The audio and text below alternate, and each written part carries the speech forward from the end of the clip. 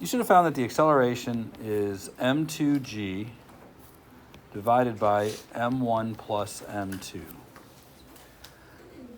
Now it says, what does this expression approach when m2 is much greater than m1? It approaches g. If m2 is much greater than m1, then this term, just look at this portion of it, m2 divided by m1 plus m2. As m2 gets much bigger than m1, this entire thing becomes m2 divided by m2. So under this circumstance, everything in here gets closer to 1. So what we're saying is that the acceleration approaches g. And I want you to imagine, you attach a 10-pound weight to a paper clip and put the paper clip on the table and drop the 10-pound weight off the table. Is the paper clip going to slow down the weight very much? Technically, yes, but probably an immeasurably small amount. So that's what we're saying here. When m2 is much greater than m1, the system has an acceleration that approaches g. It's the same situation, except the acceleration will be different.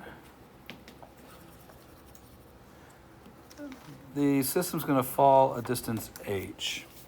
So briefly, and I intend to go quickly because nobody asked to actually do this portion of the problem, but I don't think I can have this memorized.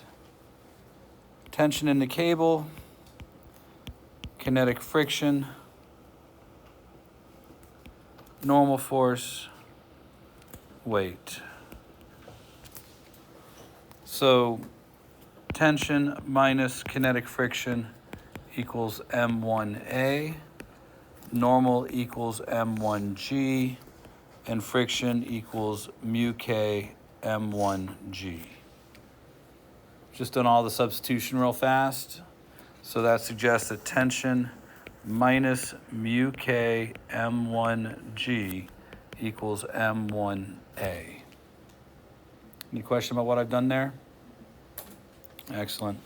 Well, m2g minus tension equals m2a. So I can put these two together and get a combined expression that would tell me the acceleration. So adding these together, tension cancels out, and I'll get m2g minus mu k m1g equals m1 plus m2 times a.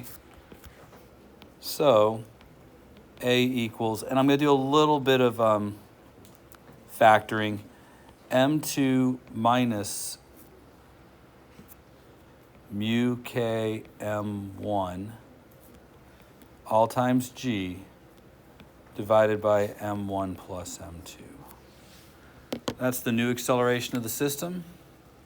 Any question about that? All right, so question D only really makes sense if we assume that the block is getting faster. If it's getting slower, we would have to have an initial velocity, and they're kind of indicating that they're just breaking static friction. So the initial velocity is somewhat or nearly equal to 0. So if this acceleration were negative, it would just be stopping the block and it would never fall. So I think we have to assume the acceleration is positive. And that's the only way, that's the only way this question makes sense. And that means that this difference is a positive number. Assuming it is a positive number, then V naught 0, delta x is h, and we're trying to figure out time.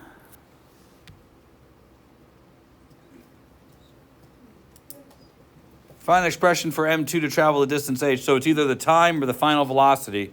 I'm not sure the problem says time in it, like maybe Mr. Shelton mistyped something, but I'm going to assume time is what we're looking for, or final velocity. It's the only one of the two motion variables that we're talking about. Or are they saying find an expression for m2 to travel the distance h? Well, then m2, we could say that m2 has to be greater than mu k m1. right? We can say that has to be the condition for it to travel the distance h. If it's less than that, it doesn't travel the distance. It slows and stops. You guys understand what I'm suggesting? So I'm not sure what the problem is really going for here. If it's just the condition, that's the condition. And we can stop working on the problem right here. If it wanted some motion variable, then we have to assume this condition and maybe figure out one of these motion variables. That would just be using it. We can use a motion equation for that, as this would be a constant acceleration. Is that enough of an explanation, Kendall? All right. Something else? What about the 2 boxes? This one has 2 boxes. You want to be more specific? Seems pretty straightforward for what they're asking, but maybe not. So box number 1, box number 2. This is M2, I guess. This is M1. I'm applying a horizontal force F this way. And they want the normal force between the blocks. All right. The acceleration of the system will be the applied force divided by M2 plus M1. We can do that straight away if there's no friction. If you don't know where that comes from, I will explain it. You want me to explain it? I can explain it 2 different ways. The first way is you apply your list of steps. Box 2 is experiencing 4 forces.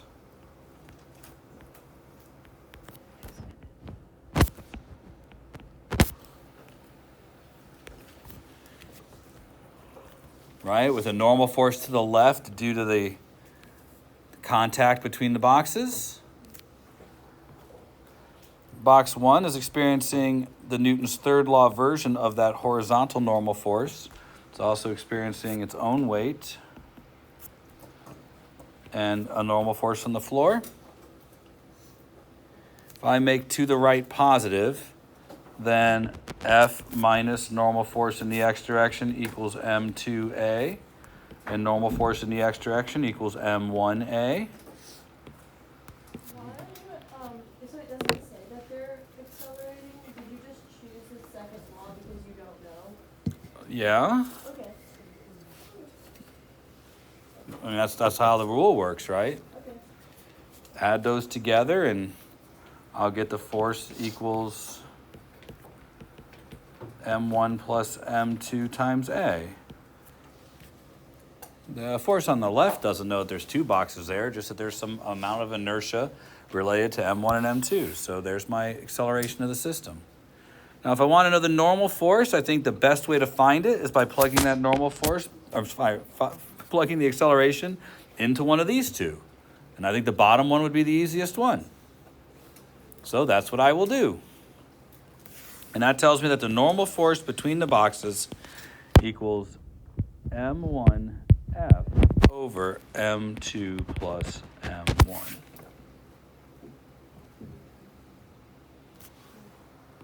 That's it. That's question 1. So the normal. During Apollo, after the spacecraft was checked out, it would come through and do one of these, go into orbit that way. And then once it was in a stable orbit around the moon, they would send the lander to the surface of the moon. Not sure if that's how we'll do it the next time, but that's how we did it last time. There is a point in between here where the force from the moon and the force from the Earth are equal, and the net force on the spacecraft is 0. So I don't know where this point is. We're attempting to find this point, and we're supposed to find the point based on a relative distance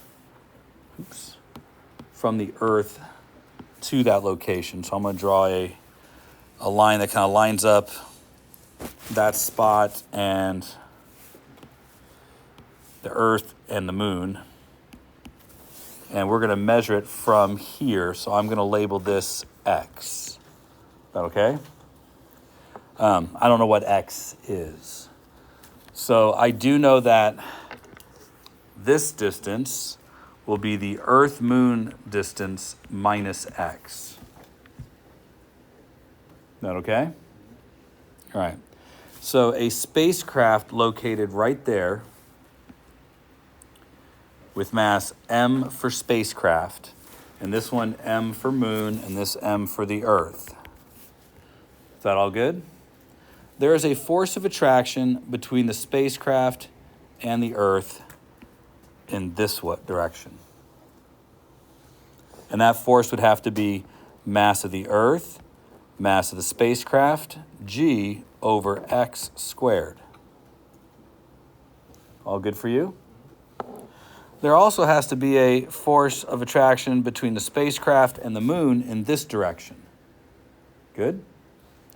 So that force is the mass of the moon, mass of the spacecraft, g, and r minus x squared. All good? We want to find out when these are equal. So cancel ms and g for both of those. And mass of the Earth, mass of the moon are known quantities. Separation distance is a known quantity. So I think from there you're just solving for x.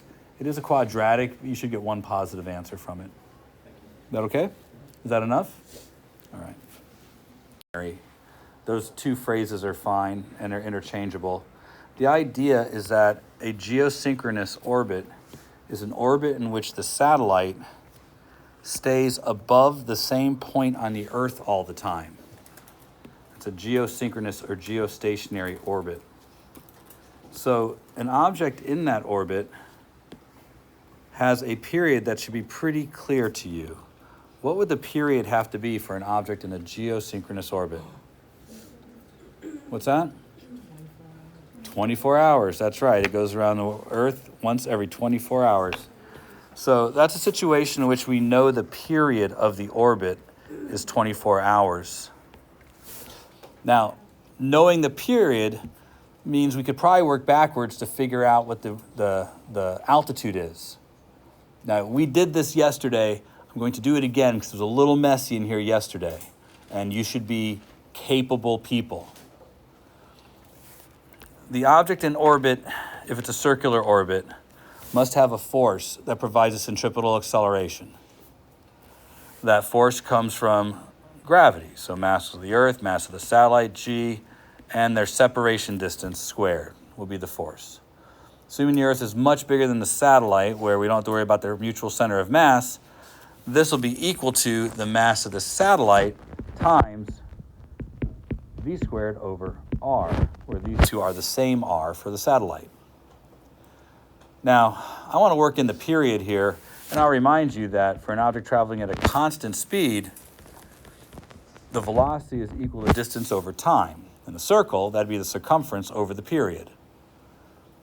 Doing a little bit of substitution and perhaps canceling out some of the things that are here right now, I will get MEG over R equals 2 pi r over t quantity squared. I'm just going to cross multiply, and I'll get MEG t squared equals 4 pi squared r cubed. So you have everything for this except for r. You have the mass of the Earth. We talked about it yesterday. You have g, it's a constant. T is 24 hours, but you will have to convert that to seconds to do this problem. And 4 pi squared is a constant. Seems like you could solve this for r. Unfortunately, that won't be the answer. It'll be close to the answer, but it won't be the answer because r is the separation distance, and it asked for the altitude. The altitude is the distance above the surface of the Earth. So if you're asked for the altitude, you will have to subtract the radius of the Earth from your separation distance to get the altitude. Does everybody understand?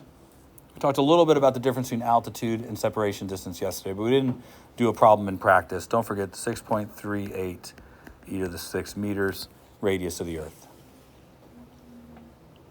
Is that enough information for you to work it out? I mean, the truth is the astronauts are in constant free fall because they're traveling in a circle around the Earth. So the International Space Station is not that far out there. In fact, it's pretty close to the Earth. Even this circle I've just drawn around the Earth suggests their altitude is bigger than it actually is. Okay, they're just barely out there. So, an International Space Station, is here. We could look up the altitude of the International Space Station, but it's not particularly big. So, well, let's look it up. We have the altitude of the International Space Station is 400 kilometers. So that's this distance here. That's 400 times 10 to the third meters. I'm not sure it's going to make a dent in what we would use here. So let's see.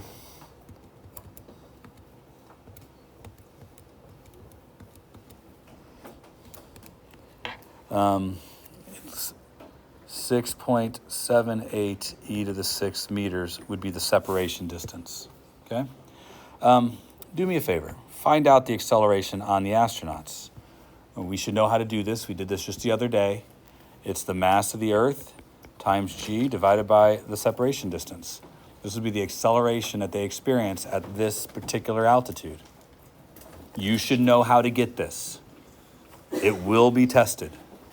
I'm sorry, r squared. R squared. Again, you should know how to get this. It will be tested.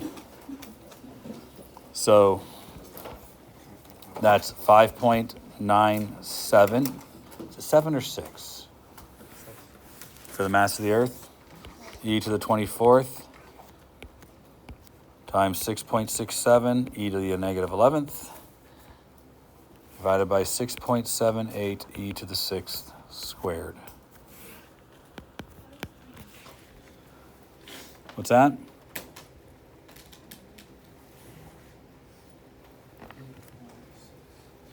$8.6?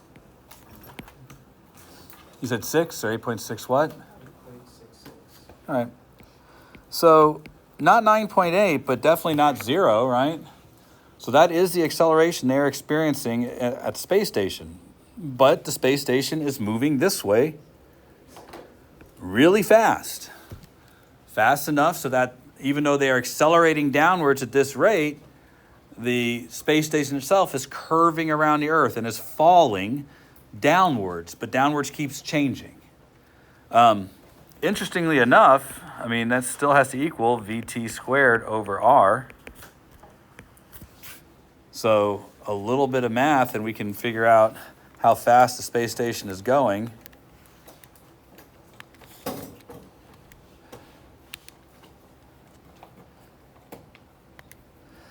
I get 7,662 meters per second. Pretty crazy, isn't it? Is that fast? Really fast. When right, that one's always constant. That's universal. It's the same everywhere in the world. But when we talk about g equals 9.8 meters per second squared, only constant near the surface of the Earth. None of these are near the surface of the Earth. So any problem that puts you out in space, you can no longer consider that to be an acceleration or a reasonable one to use. Yep. Cable attached to the top box. I think we're still assuming that this is a frictionless table and that there's a coefficient of static friction between the boxes. Is that right? I mean, we could add friction on a table too, but I think that's just a unnecessary complication.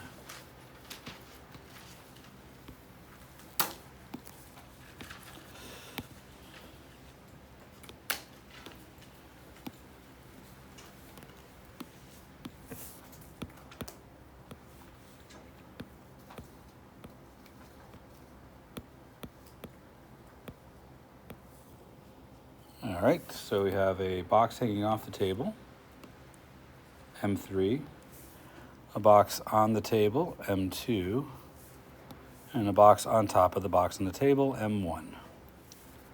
There is a frictionless, massless pulley, magic space pulleys. Say here, that is connected via something to the table, and there's a cord that connects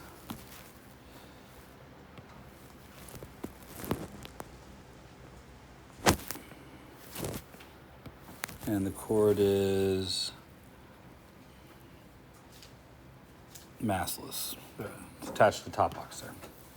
Good enough. All right. So we want the largest value for M3 that will allow the system to accelerate without box 2 slipping off of box 1. So I guess this is 2 and this is 1. All right, this is still a modified Atwood machine. And I think we should start by just free body diagram it out. There's several to do here. For M3, we're going to have a downward weight, M3G, and an upwards tension, T. Assuming that the pulley is massless and this frictionless and the string and all that is massless, then box 2 is going to experience a tension force this way, and there'll be a frictional force on box 2 this way, and this is static friction between the bottom box and this box. To prevent it from sliding off the box, there's going to be a downward weight, M2G, and an upward force, a normal force from the table, N. And this is the normal force between block 2 and block 1. All good? Block 1 is experiencing a Newton's third law force for friction. It's experiencing its own weight, M1G. It's also experiencing a downward normal force from the top block and its own normal force from the table.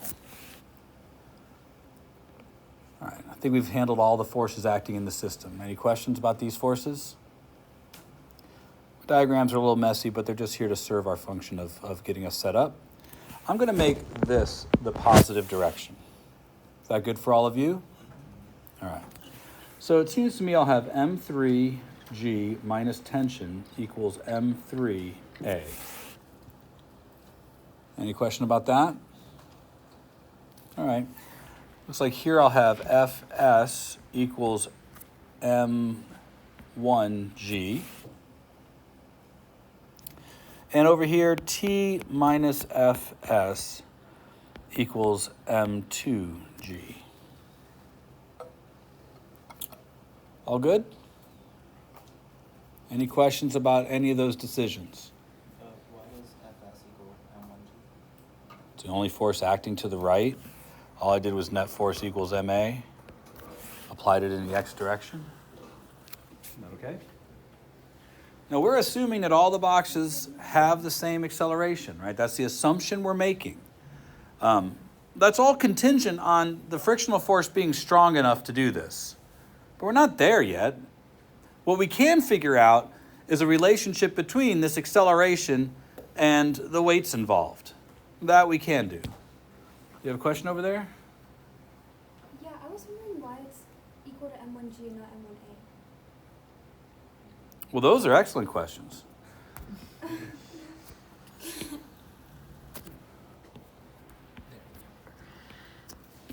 Because they're not equal to M1G, they're equal to M1A. So I appreciate that question. And if that's what you were trying to ask a second ago and I misinterpreted it, then I am sorry. All right. I see a pathway to solving for the acceleration in terms of all the masses. This isn't the maximum value for M3 or anything like that. It just relates the masses involved to the acceleration. So I'm sure I'm going to be able to use that because I've kind of got something right here that relates the acceleration to the size of the frictional force. You know, are you seeing that right here? So I think we'll be able to do something with this later. But remember, at this point now, this is Newton's laws. They gave us these things. And our job is to figure out M3 in terms of the other variables. I think shortly, we're probably going to be having to get into something like this. Right? Don't you think so too? That's going to show up shortly? But right now, I think our best route is to figure out the conditions for the acceleration in terms of the masses. I think that's a good way to go. So that's what I'm going to do. I'm going to take all these guys, put them together, add all that up, and I'll get M3G equals the sum of all the masses times A. Any question about that? All right. So the acceleration equals M3G over M1 plus M2 plus M3. Now, what this actually will give me is a relationship between the size of the frictional force and the other masses involved. Because I think I can sub in here and get this, eliminate the acceleration between the two, and get something that tells me about the frictional force and the masses. You guys see where I'm going with this? Because that's what I want. I want to get the frictional force worked into this, because that's the limiting factor. So I'm going to eliminate acceleration here and say that the frictional force is equal to M2 times M3G, bless you, over M1 plus M2 plus M3. All good? Is it M2 or M1 outside of the parentheses? M1. Clearly not being very careful. Now, I'm thinking that I can use what I have here, but I need to deal with this normal force. I need to find out which normal force this is, and I'm pretty sure it's this normal force. All right, that's what's creating this friction. So I should realize that the normal force equals M2G.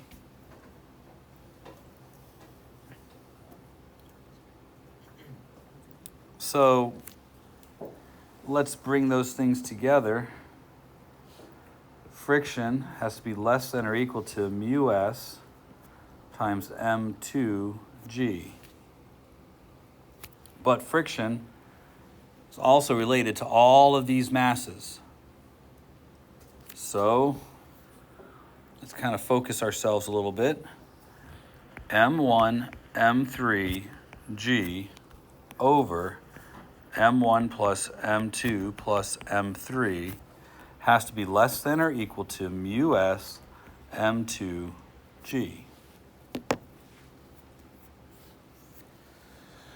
All right, well, not super pleasant, but we've got a relationship now. All the masses can be in my answer. Mu can be in my answer. G can be in my answer. But it doesn't look like G matters. Kind of funky, but that's the way it goes. And the reason G doesn't matter is G is causing friction and causing the system to accelerate, right? The reason that there's any friction at all is because G is pulling the mass down, creating a normal force. So the size of that normal force exists because of G. Do you see that? And also, the whole reason the system is even moving and there's tension in the cable is because M3 is being acted on by gravity. Again, G. So, since G is a common factor in both, it actually isn't involved in our answer. I'd love to say that makes it easy, but now we have to tease out M3 from the problem and set it equal to whatever else is left. So we need to get M3 on one side by itself. I'm going to start this by multiplying by the denominator of the fraction. Is that okay with you guys? So M1 times M3 must be less than or equal to mu s M2 times M1 plus M2 plus M3. All right, I'm going to distribute so I can get that term for M3 by itself.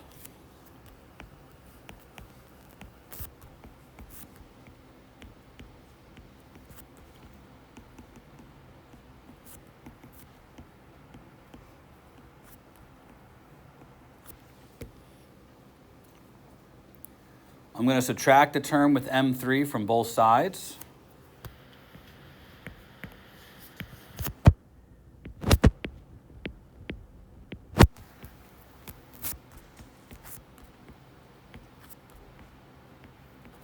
Oh, algebra. So much algebra.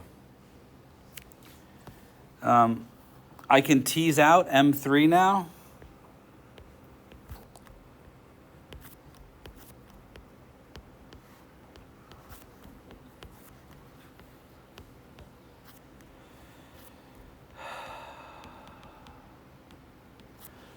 I can divide both sides by what's in parentheses. And here we have the answer. It's not pretty. It doesn't have to be pretty.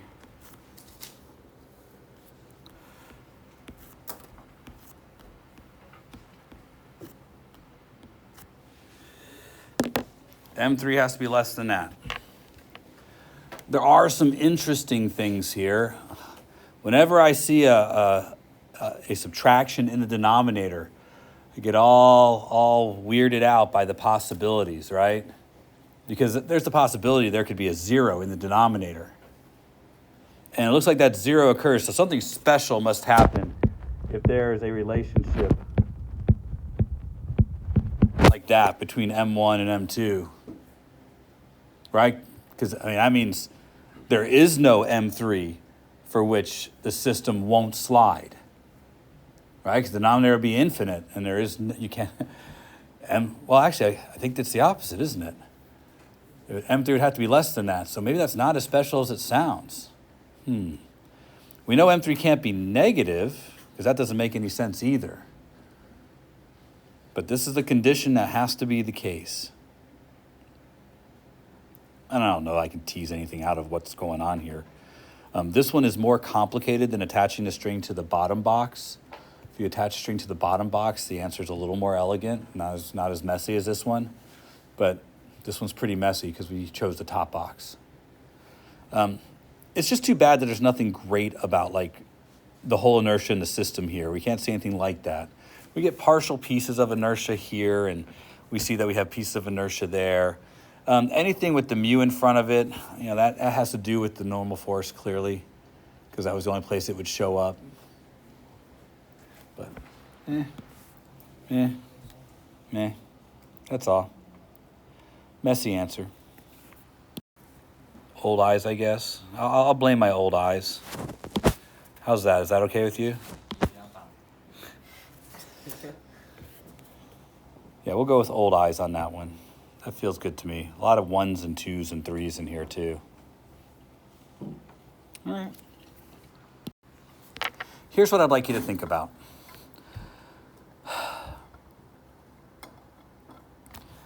If I want to think of the forces acting on the pulley, not the forces acting on the boxes, but the forces acting on the pulley, there's a downward force of tension on this side of the pulley and a downward force of tension on that side of the pulley, correct? So the base and the pulley are all one object, but they're experiencing two downwards tensions, its own weight, 5 mg, and an upwards normal force, right? These are the forces acting on the base. Everybody understand that? I'm not talking about the boxes, just the base. So normal minus 2 tension minus 5 mg equals, and I don't know.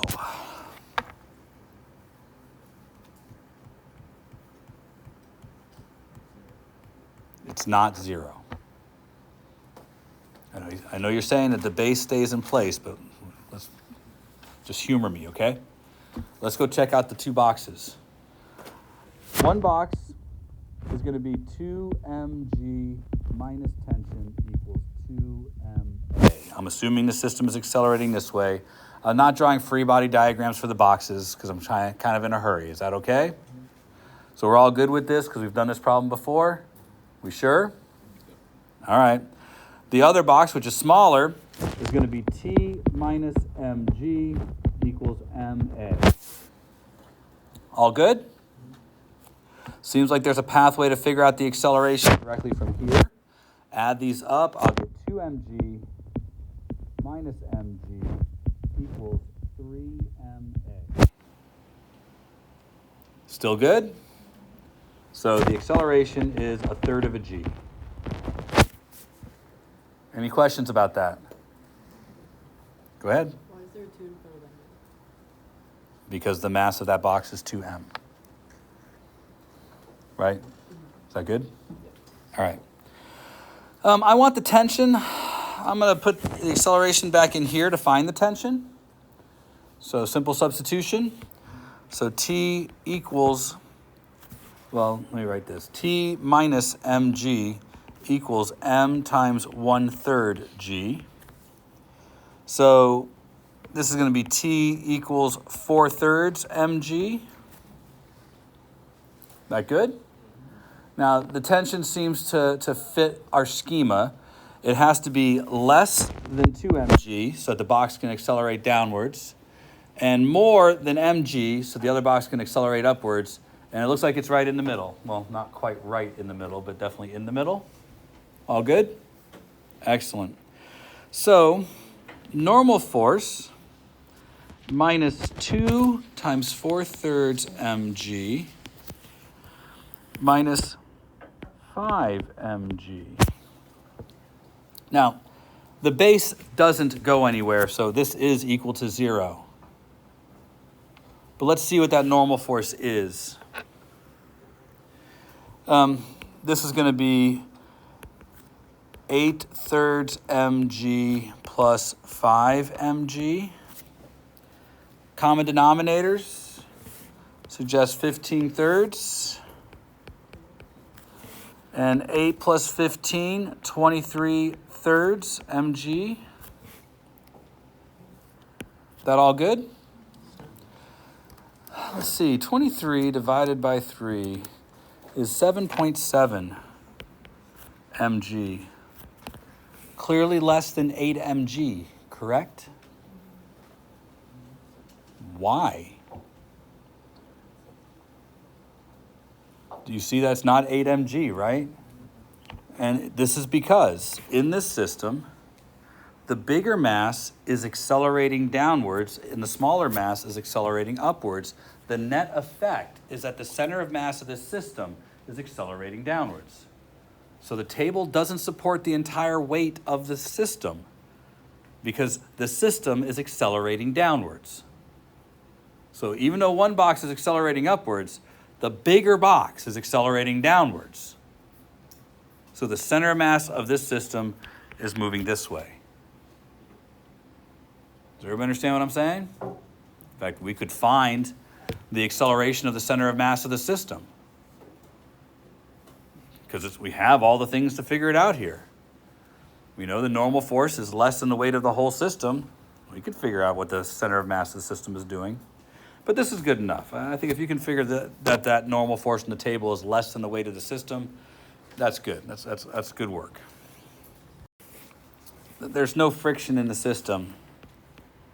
So I'm going to assume the acceleration of the system is this way. I'm not going to assume a net force of 0. They're asking about the conditions in which there is an acceleration. All good for you guys? So MB G minus tension equals MBA. And I'm going to skip some steps here. Tension minus MA sine theta equals MAA. Am I okay to make that kind of leap without drawing a free body diagram and breaking it all up into its components and all that? If I add these two things together, I'll get MBG minus MA, it's MAG sine theta. Sorry, MAG sine theta.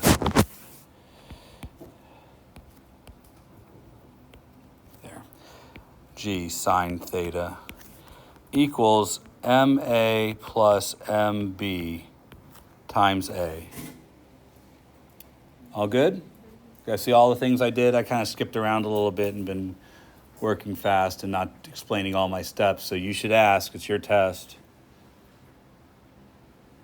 All right. Solve this for A, and I will have MB minus MA sine theta divided by MA plus MB times G equals A. Well, how could I show it mathematically? Well, it has to do with that. When that is positive, then it accelerates with the block being drawn up the ramp. When that's negative, it accelerates with the block going down the ramp.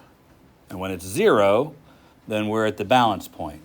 So if MB is greater than MA sine theta, the system accelerates with the block going up the ramp. That's how I would show it mathematically. So, I think there's a condition here. It's at rest when this is true, correct? So, starting out from the beginning, this can only be true if MB is less than MA, for there is no angle that would allow this to exist in the other circumstance, right? So, if we assume that this is less than 1, which makes reasonable sense, then we're talking about an angle between 0 and 90, based on the ratio of those two masses. If those masses aren't changing, which is what we set this angle based on that circumstance, choosing a bigger angle will definitely cause the system to accelerate in one direction versus the other, right? We're not saying that you can change the angle and also change one of the masses. We're saying that this is the angle where these two masses would be in balance. If I increase that angle after they were already in balance, then it's going to go one way. And if I decrease that angle, it's going to go the other. Mathematically, that would have to be true as that ratio is already set. That's where we got the angle from. Does that make sense? Yeah. Okay.